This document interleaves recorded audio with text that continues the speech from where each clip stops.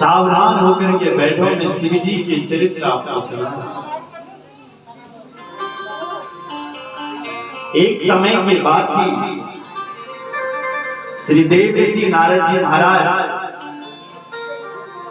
हिमालय में गए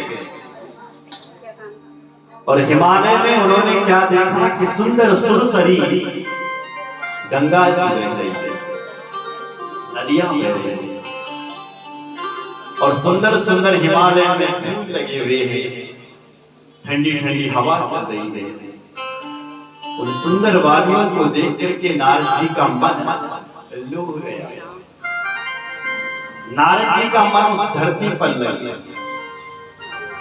हिमगिरी गुफा एक अति पावनी, वह समीप सुरसरी सुहावनी।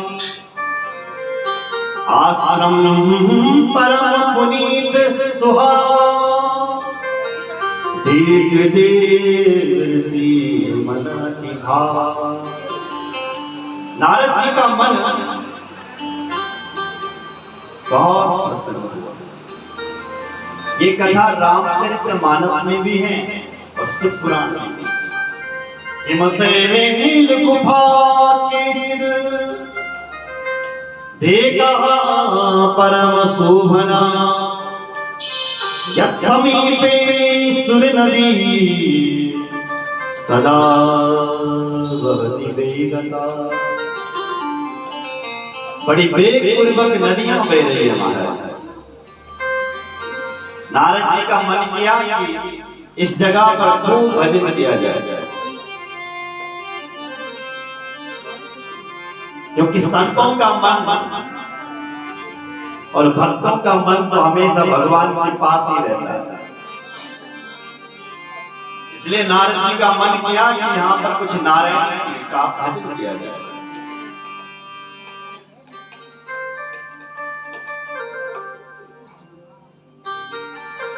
सब मन की बात, अंदर जो भरा होगा वही दिमाग पर जाता है। एक बार एक गुरु और एक चेला कश्मीर गया घूमने के लिए, और जब कश्मीर की जब फूलों की वादियां देखी तो दोनों गुरु और चेला कहते हैं कि यहीं बसा जाए, यहीं बसा जाए, यहीं बसा जाए। एक एक से दोनों चेला और गुरु बोल पड़े। तो गुरुजी ने पूछा, अरे सेठ जी तुम क्यों बसना चाहते हैं यहाँ? बोले गुरुजी मैं इसलिए यहाँ बसना चाहता हूँ क्योंकि यहाँ फूलों का व्यापार बहुत होगा। अच्छा गुरुजी तुम बताओ कि तुम क्यों बसना चाहते हो? गुरुजी बोला मैं इसलिए बसना चाहता हूँ कि यहाँ मेरे भगवान का भजन खूब होगा। आश्रम में तो नित्य लोग आते रहते हैं, यहाँ एक ऐसी जगह है जहाँ खूब ध्यान मग्न होकर के संतों का मन तो हमेशा प्रभु में लगा रहता है। नारद जी का मन किया कि खूब भजन किया जाए, तो नारद जी ने खूब कठोर तप किया महाराज। देवराज इंद्र ने देखा कि देखो नारद जी इसलिए तपस्या कर रहा है क्योंकि इसको इंद्र की गद्दी चाहिए। शायद स्वर्ग का जो आसन है ना, जिसमें स्वर्ग का राजा बैठा हुआ है, उसको बहुत डर रहता है कि धरती पर कोई तप ना करे, कोई यज्ञ ना करे। जब हम यहाँ यज्ञ करते हैं, तप करते हैं, तो उसकी धड़कन तेज होती है। और हम जितना पूजा पाठ करते हैं, यदि आपने उस इंद्र को प्रणाम नहीं किया वो सब चुरा करके ले जाता है। इसलिए हमारे ब्राह्मण देवता सक्राय इंद्र चुराए, हमारा धन हमारे पास है, नहीं तो वो सब ले जाता। क्यों? क्योंकि उसको डर लगा रहता है कि इनका ज्यादा पुण्य ना हो जाए। हमारे जब ज्यादा पुण्य होते हैं तो हमें स्वर्ग की पदवी मिलती है, इसलिए उसको डर लगता है। नारद जी को देख करके डरने लगा और कामदेव ने भेज दिया कि तुम जाओ और नारद जी की तपस्या को भंग कर शिव पुराण में लिखा है, जैसे ही कामदेव आया नारद जी का कुछ नहीं बिगाड़ पाया। नारद जी तो परम ध्यान नबभूव मुनिश्चितो विकलम मुनि सत्तमा भ्रष्टो बभूव तत्संगो महिषासुरग्रहेण। भगवान शिव की जिसके ऊपर कृपा हो, अपनी छत्र छाया रखी हो, उससे भला काम कैसे चल सकता।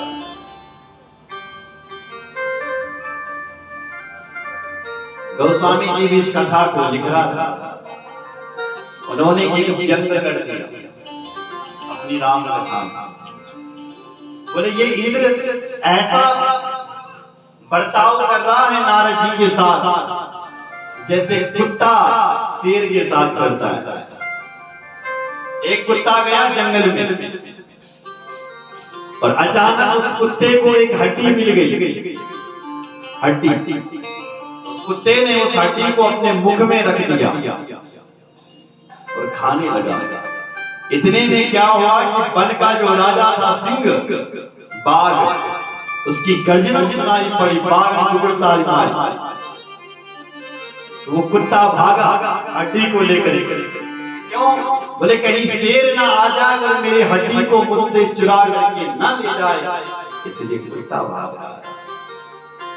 उस मूर्ख कुत्ते को ये नहीं मालूम कि शेर तो किसी का किया हुआ शिकार नहीं खाता, शेर तो स्वयं शिकार करता है तब खाता है, वो तेरी इस हड्डी का। कुत्ता सोच रहा है कि शेर हड्डी के लिए आ रहा है, इसलिए भाग रहा है। लिखा है महाराज, सूख हांडले भाग सठ स्वामी रखी मृगराज, छीले जन जान जड़ तिमी सुरपति की नलाज। तिमी सुरपति की नलाज, सुरपति को सूर्य यानी देवता, असुर यानी राक्षस, इसलिए इस देवताओं के स्वामी को शर्म भी नहीं आ रही है। इतने बड़े देवसी नारद जी के ऐसा सोच रहा है। कामदेव को भेजा, काम ने अपने 5 बाण चला दिए। कामदेव के 5 बाण होते हैं, आगे सुनाऊंगा आपको कथा। पूरे चला दिए पर फैल। कामदेव घुटना टेक करके गिर गया, नारद जी को प्रणाम करने लगा। नारद जी आप धन्य हो, धन्य हो, आपने काम को जीत लिया, मुझे जीत लिया, आप धन्य हो। कामांजयं मत्वा गर्भितो भून् मुनीश्वर, प्रथैव विगता ज्ञानं शिव माया विमोहिता। कामदेव नारद जी की महिमा गाने लग गया। लिखा वहां शिव माया विमोहिता, शिव जी की माया नारद जी की प्रशंसा करवाने लगे। यहां तक कि देवता लोग भी प्रशंसा करने लगे। धन्य है नारद, धन्य है जिसके मन में थोड़ा भी काम पैदा नहीं हुआ। हम देवता तो काम के चेले हैं, आज तक कामदेव ने किसी को नहीं छोड़ा। धन्य है नारद जिसने काम को जीत लिया। हर जगह नारद की महिमा गा रही, ये गाई जा रही। धन्या धन्या महामाया सांभवी मुनि सत्तमा, तद्गतिं नहीं पश्यन्ति विष्णु ब्रह्मा तयोपि। नारद सोच रहा है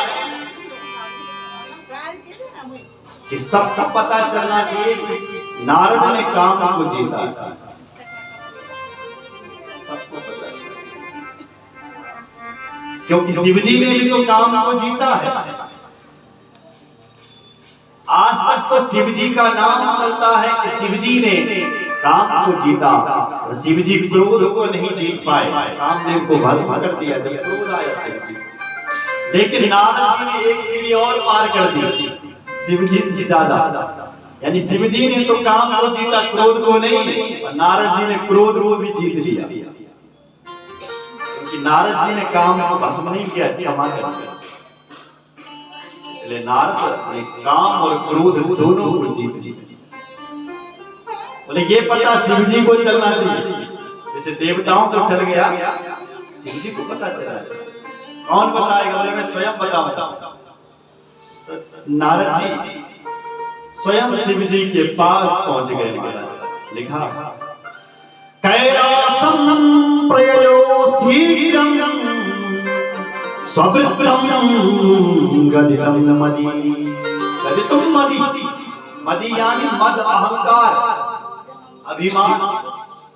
नारद जी को मद हो गया, अभिमान हो गया, इसलिए शिव जी को नीचा दिखाने के लिए शिव जी के पास आए। सुन रहे हैं? अब नारद गयो शिव पाही, जिता विति मन माही। जिता काम, हमने काम को जीत। शिव जी सद्गुरु है, सद्गुरु वचन दृढ़ विश्वास। भगवान जो शिव है ना, वो जगत के गुरु हैं। और गुरु शिष्य की कमजोरी को पकड़ लेता है। सुन रहे हैं? नारद जी ने, ये शिव जी ने समझ लिया कि इस नारद जी में बहुत बड़ा रोग लग गया है। काय का? अभिमान का। अच्छा, ये पता कैसे चलेगा कि ये व्यक्ति अभिमानी है? पता करना चाहता हूं कि तुम्हारे घर में कोई अभिमानी बैठे, कैसे पता चलेगा? बोले इसका पता करना है तो सीधा सा उपाय है कि अभिमानी व्यक्ति कभी ना अपने से बड़े व्यक्ति के पास नहीं बैठता है। जो उससे ज्यादा जानकार उसके साथ नहीं बैठेगा। वो ऐसे को ढूंढता है जो उससे कमजोर हो, ताकि वो उसकी प्रशंसा करे। क्योंकि जो उससे बड़ा होगा वो तो उसके सामने खुद झुकना पड़ेगा, और वो तो झुकना ही नहीं चाहता क्योंकि वो अभिमानी है। इसलिए वो ऐसे को ढूंढता है जो उससे कमजोर हो थोड़ा सा। उससे हाई क्लास का होगा तो उसको हजारों कमियां निकाल देगा। गलत हो रहा है। अभिमानी को यही पर आप पकड़ सकते। शिव जी समझ गए नारद अभिमानी है, इसको में अभिमान आ गया, समझाया। बार बार विनयो मुनि तोहि, जिमिया कथा सुनायो मोहि। तिम जन हरे सुनायो कबहू, जय हो प्रसन्न बार बार शिव जी कह रहा है, हे मुनि मैं तेरे आगे हाथ जोड़ता हूं, जो कथा तुम मुझे सुना रहा है ना अपनी, ये कथा किसी और को मत सुना। जिमिया कथा सुनाना, औरों को मत सुनाना, और अपने भगवान नारायण को तो बिल्कुल मत सुनाना, जिनका तो नारायण नारायण कहकर के नाम लेता है, उन्हें तो बिल्कुल मत सुनाना, किसी को मत सुनाना। क्योंकि नारद कथा तो भगवान की होती है, जीव की तो व्यथा होती है। और हमारी व्यथा जब प्रभु से जुड़ जाती है तो वो कथा बन जाती है। इसलिए अपनी कथा क्यों सुना रहा है? भगवान की कथा सुना। अब अभिमानी व्यक्ति को कोई डांटे ना, समझाएं, उसको बहुत बुरा लगता है, शायद तुम्हें गलत है। नारद जी को बुरा लग गया, और नारद जी उठा मारा और सीधे अपने भगवान के पास ही चले गए। इसके नारायण के पास एक बार कर तल कर बीना,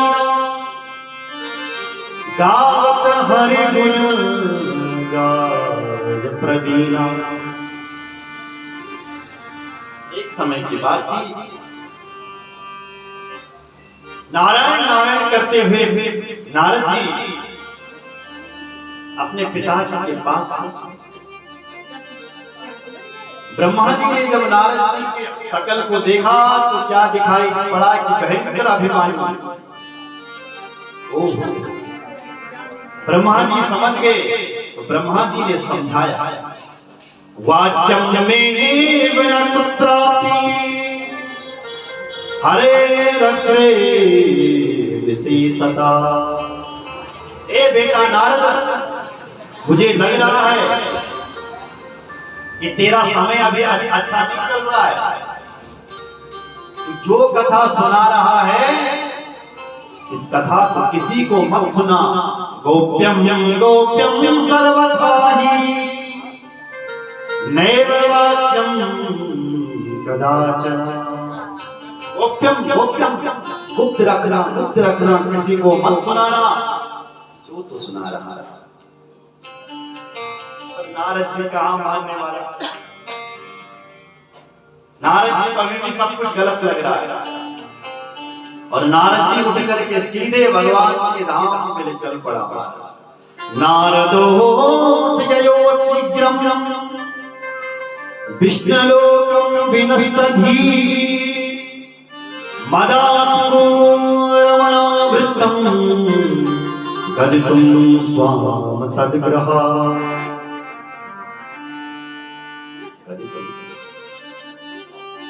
नारद जी पहुंचे तो भगवान ने स्वागत किया। आओ आओ नारद जी, सुस्वागतम। बोले निहस चराचर जाया, बहुते देव गीत मुनि गाया। हे मुनिवर, हे देव ऋषि नारद जी, तुम कहां से आ रहे हैं? तुम्हारा आगमन कहां से हो रहा है? तुमने बहुत दिनों बाद मेरे ऊपर दया की, बहुत दिनों बाद आ रहे हैं, इसलिए कहां से आगमन हो रहा है? जब भगवान ने पूछा कि बहुत दिन बेटे कौन कहा थे नहीं, तो नारद सीधा अपनी कहानी सुनाई। बोले महाराज तुम्हें पता नहीं मैं कहा थे हिमाचल हिमालय में, इसलिए बोले तपस्या करनी। बोले कठोर तपस्या प्रभु आप। बोले फिर क्या था? इंद्र ने काम को भेजा और मैंने उस कामदेव को भी जीत लिया। काम मेरा कुछ नहीं बिगाड़ पाया, लेकिन काम जब मेरे चरणों में गिरा तो मैंने उसको क्षमा भी कर दिया। इसका मतलब मैंने क्रोध को भी जीत लिया। इसलिए मैं काम मारी, क्रोध मारी। मेरा नाम सबसे पहले करो। शिव जी का नाम सबसे पहले चलता है प्रभु। अब शिव जी का नाम नहीं, नारद का नाम चलना चाहिए। भगवान ने जब ये कहा तो भगवान ने समझ गए, ओहो इसको तो बीमारी लग गई है बहुत बड़ी। कौन सी बीमारी? बोले इसमें फोड़ा उत्पन्न हो गया। जानते हैं फोड़ा हो गया इसमें, अभिमान का फोड़ा।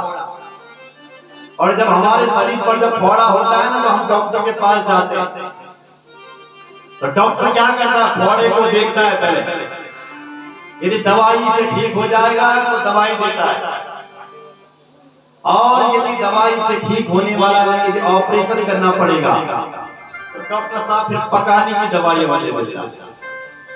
तो भगवान ने कहा नारद अभिमानी हो गया, नारद को और पकाओ, मतलब नारद थोड़ा और अभिमानी हो जाए, इसलिए नारद की महिमा गा दी।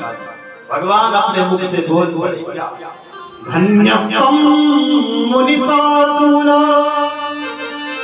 तपोनिधि रुरारधि भक्ति त्रयस्यास्ति काममोहादयो मुने।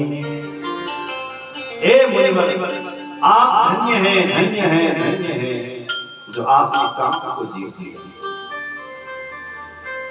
मुनि नारद जी, आप ही धन्य हैं। आपका नाम लेने वाला व्यक्ति भी काम को जीत लेता है।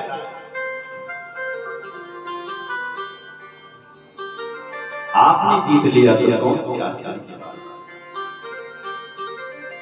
नारद जी, आपका नाम लेने वाला व्यक्ति काम को जीत जाता है। आप नारद कहो सहित अभिमाना, कृपा तुम्हारी सकल भगवान। अब हाथ जोड़ रहा है, मतलब औपचारिकता निभा रहा है नारद।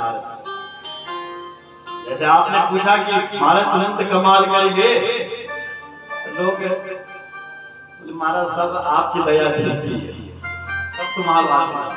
अब वही बात नारद ने कही। नारद कहे सहित अभिमान, अभिमान में नारद जी बोला, कृपा तुम्हारी सकल भगवान। भगवान ने कहा तुम धन्य हो, तो नारद ने कहा प्रभु आपकी कृपा है। झूठा भोग लगा रहा है भगवान को। सुंदर है। और आपको पता है कि भगवान को झूठा भोग नहीं चलता। पहली चीज घर में आए, पहले हो जब खाई जब तब भगवान ने याद आने लगी। ऐसी हुआ। पहले तो नारद ने कहा कि मैं काम जीती, क्रोध जीती, लेकिन भगवान ने कहा तुम धन्य हो, तो अब लाल में सब तेरी कृपा। पहले बोल देता, अब बोल रहे। भगवान को लगा कि अब तो इसका इलाज करना पड़ेगा। प्रभु ने कहा तुम धन्य है नारद। नारद ने कहा ठीक है प्रभु चलता हूं। तो नारद जी चल पड़े। भगवान ने एक माया रची और एक माया के द्वारा एक विशाल नगर बना दिया। नगर कैसा था? बोले जैसा लक्ष्मी का भवन होता है ऐसा नगर। बिरजहु बहु नगर तेहि सत योजन विस्तार। श्रीनिवासपुर ते अधिक रचना विविध प्रकार। बहुत सुंदर नगर। श्रीनिवासपुर ते अधिक, लक्ष्मी के भवन से भी दिव्य भवन था। नारद जी भगवान से मिलकर के लौट रहा था, इसलिए लौटते लौटते नारद जी सीधे उस नगर में पहुंच गए। कौन से? जो भगवान ने नगर की रचना की, उस नगर में पहुंच गए। और उस नगर का एक राजा है जिसका नाम है शीरनिधि। उस राजा की एक बेटी है जिसका नाम है विश्वमोहिनी। विश्वमोहिनी तासु कुमारी, श्री विमोह स्वरूप निहारी। विश्वमोहिनी उसका नाम है। नारद जी पहुंच गए और राजा ने जब नारद जी को आते हुए देखा तो स्वागत किया। आओ आओ नारद जी, सुस्वागतम सुस्वागतम।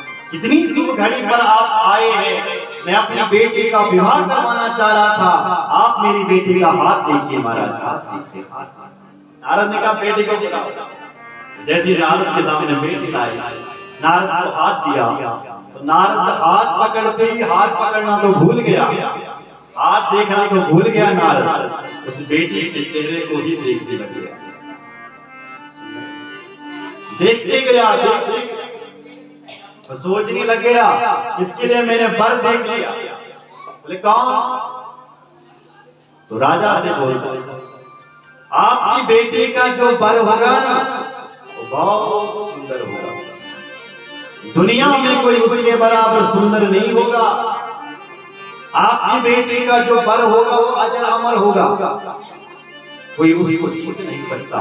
ऐसा नारद जी बखान करने लगे। देखी रूप मुनि पिसती भिसारी,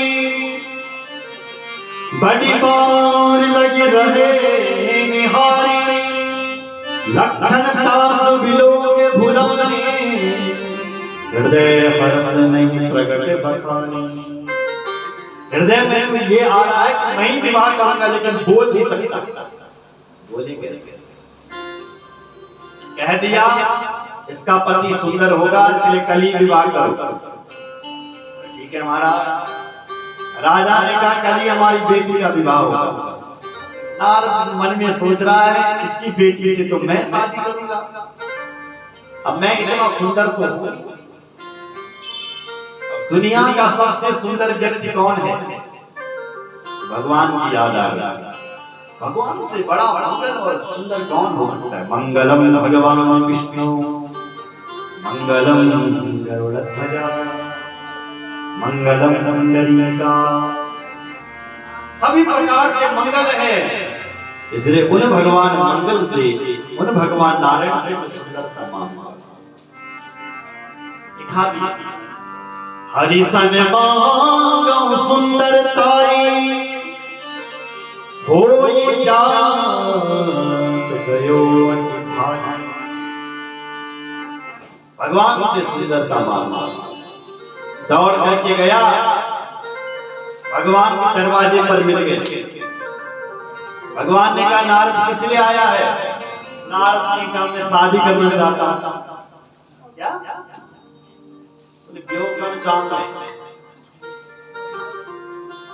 तो क्या चाहिए?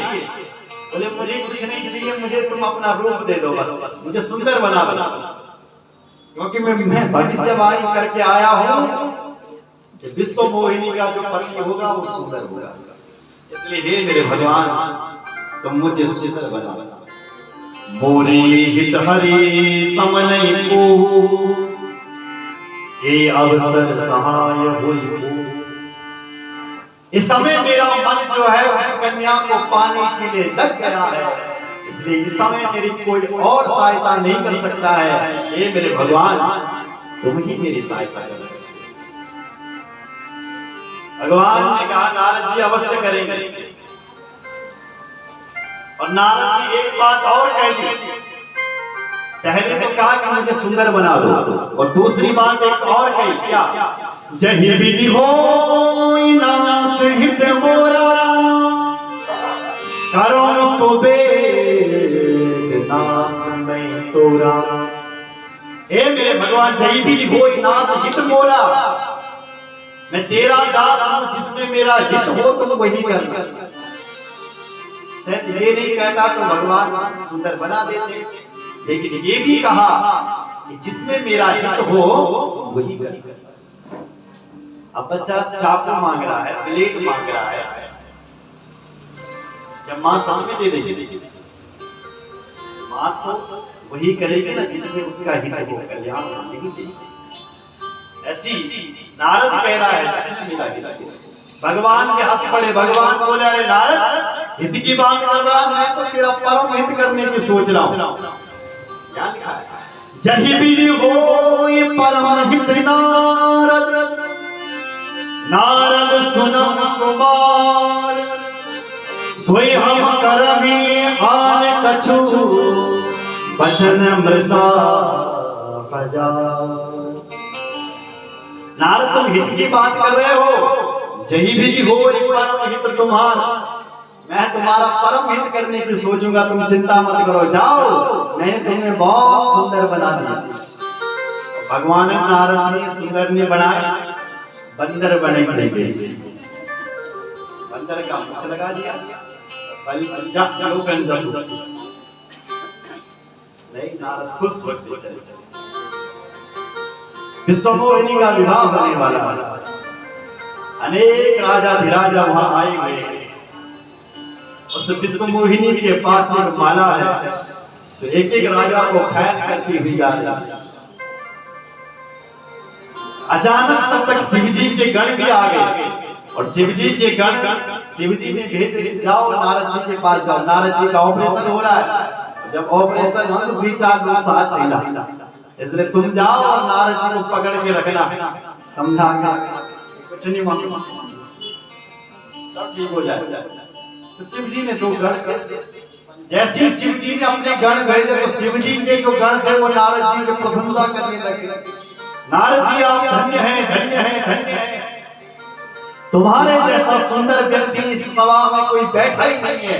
नारद जी प्रसन्न हो रहा है, शायद आने वाली माला डाल खुश हो रहा है। और इतना ही मेहमान गाने का नाल विश्व मोहिनी आई, एक को फैल गया, दूसरे को फैल, तीसरे को फैल, जनी नारद गम आई, तीन चुटकी बांध रखन आई। तो माला डालने को दूर रही, नारद की तरफ देखा तक नहीं। क्षणिक में उसको क्रोध आया कि बांदर कहीं पैदा ही फिर भी अपने क्रोध को शांत किया और आगे चल पड़ी। अचानक तब तक भगवान नारायण भी वहां एक राजकुमार के भेष में पहुंचे हुए थे। अचानक जब उसने भगवान को देखा राजकुमार के भेष में, तो दौड़ करके गई और नारायण के गले में माला डाल दी। ओ लक्ष्मी नारायण भगवान की। सारी सभा में सभी ने जय जयकार किया। भगवान पानी ग्रहण करके हाथ पकड़ करके ले गए। नारद जी को अफसोस हो रहा है कि ये मुझे देख करके भागी क्यों। ये तो सुंदर बना सोच रहा। तब जो शिव जी के गण थे ना, उन्होंने कहा नारद जी जरा अपनी शकल तो देखो दर्पण पे। जब नारद जी ने जब पानी में झरोके में जब अपना चेहरा देखा तो महाराज सुंदर की जगह बंदर दिखाई। बंदर का चेहरा लगा। तुरंत शिव जी के दो गणों को श्राप दिया है, जाओ मैं तुम्हें श्राप देता हूं, तुम दोनों राक्षस बन जाओ। होए निशाचर जान तुम, कपटी पापी दो, हंस्यो हमें सो ले फल, बहुरे हंस्यो मुनि को। तुमने मेरा उपहास कराया है, तुम मेरे ऊपर हंसे हो, तुम दोनों कपटी हो, पापी हो, मैं तुम्हें श्राप देता हूं, जाओ राक्षस बन जाओ। और सोचने लगा कि अब उस भगवान को भी नहीं छोड़ूंगा, जिस भगवान ने मुझे बंदर बनाया, मैं उस भगवान को भी नहीं छोड़ूंगा। भयंकर गालियां देने लग गया भगवान। देहो श्राप के मारे हो जाए, जगत मोरी उपहास कराई। देहो श्राप के मारे हो जाए, आज ये नारायण, आज ये नारद अपना प्राण त्यागेगा, ये इस भगवान को आज श्राप देगा। क्योंकि जो ये भगवान है ये अपने आप को स्वतंत्र मानता है कि मैं जो चाहे वो कर सकता हूँ, जैसा चाहे ऐसा हिला सकता हूँ, और किसी को जैसा चाहे ऐसा बना सकता हूँ, जैसा चाहे उसकी बुद्धि फेर सकता हूँ। ये भगवान अपने आप को स्वतंत्र मानता है, पर अब ये स्वतंत्र नहीं है। अब मैं इस पर नियंत्रण करूंगा, मैं इसको श्राप गया महाराज नारद भगवान के धाम को। तब तक भगवान ही उस राजकुमारी के साथ मिल गए, हाथ से हाथ पकड़ कर। नारद को और ऐसा लग रहा है कि भगवान आग में घी डाल रहे हैं ताकि अग्नि और भड़के। नारद जी और नारद तुरंत बोला है भगवान परम स्वतंत्र नसीब पर कोई, भावे मन करो तुम होई। हे मेरे भगवान तुम अपने आप को बहुत स्वतंत्र मानते हो कि मैं स्वतंत्र हूँ, और आज तुम स्वतंत्र नहीं हो। आज मैं तुम्हें श्राप देता हूँ कि तुम जाओ। जिस तरह से तुमने मुझे नारी के लिए रुलाया, आज मैं पत्नी के लिए रो रहा हूँ। मैं तुम्हें श्राप देता हूँ, तुम भी ऐसी अपनी पत्नी के लिए रो। तुम भी मनुष्य बनोगे, और जैसे मैं रो रहा हूँ ऐसे तुम भी रो। हरे हरे तुम महादुष्टा, देखो गाली दी है, कपटी विश्व मोहिना, परोत्साह सहस्ये मायावी मलिनाशया। तुम बड़े दुष्ट हो, कपटी हो, तुम जो चाहे वो कर सकते हो, इसलिए मैं तुम्हें श्राप देता हूं। जिस तरह से मैं रोया हूं उस तरह से तुम भी रो। तुमने मुझे बंदर बनाया है, तो बंदर ही तुम्हारी सहायता करेगा।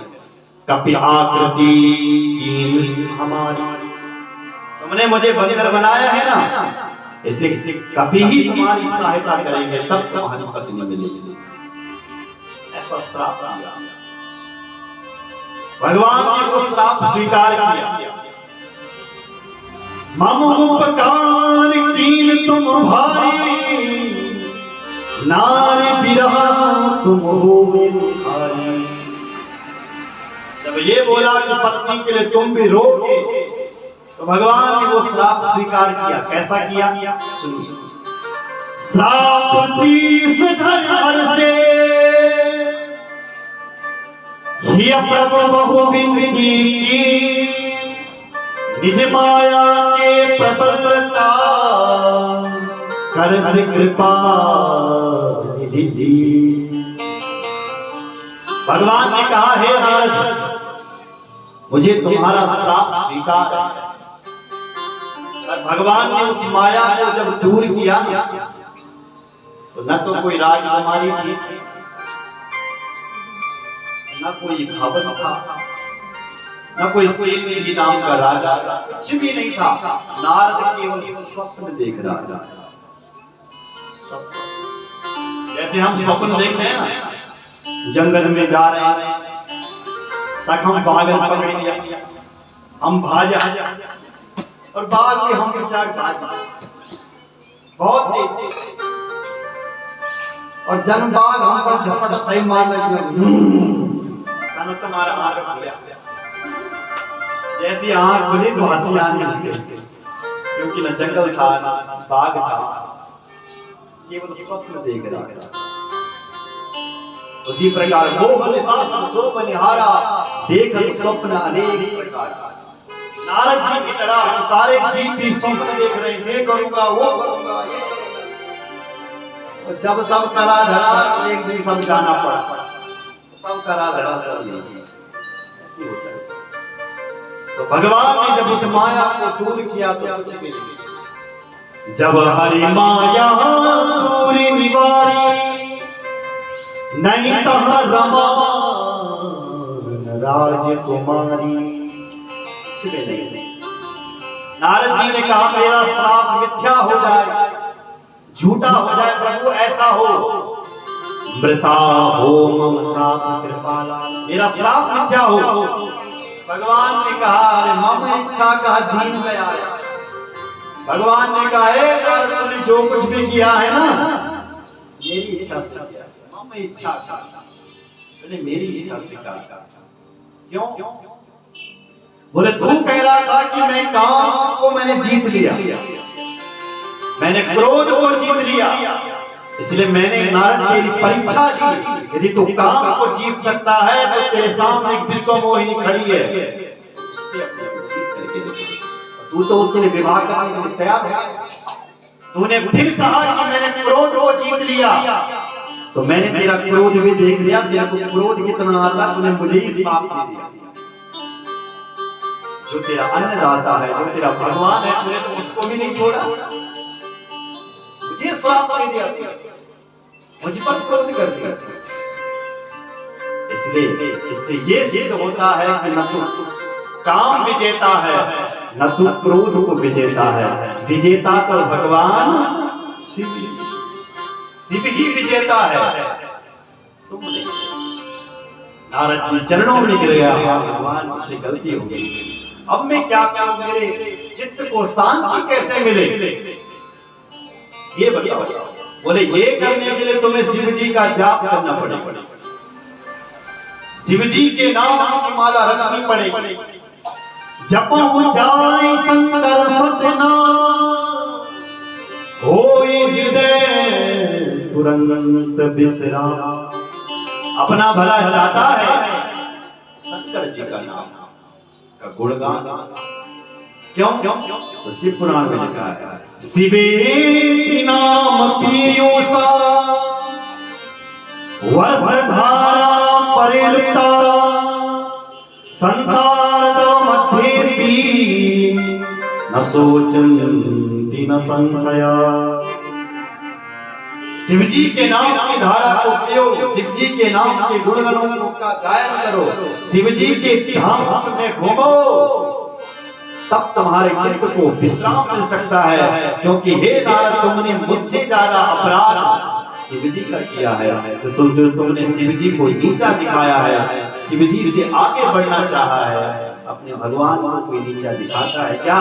क्योंकि मैं ही तो शिव हूँ और शिव जी तो मैं। हम दोनों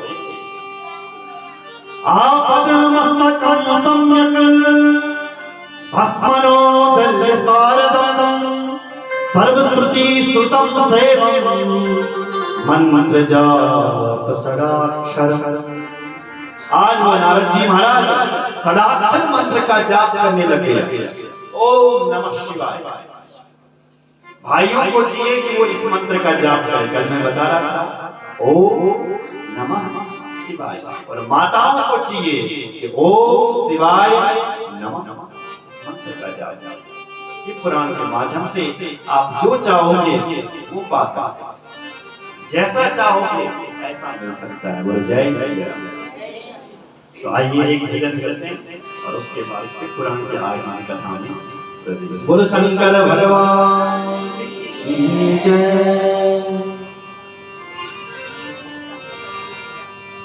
बोलो शंकर भगवान की जय। भक्तवत्सल भगवान की जय। अंबिका मैया की जय। कृष्ण कन्हैया लाल की जय। हर हर महादेव। बड़ो आनंद ओदू होंदी जब शिव कथा, गानो जब शिव भजन, जाने सब मन की व्यथा। बड़ो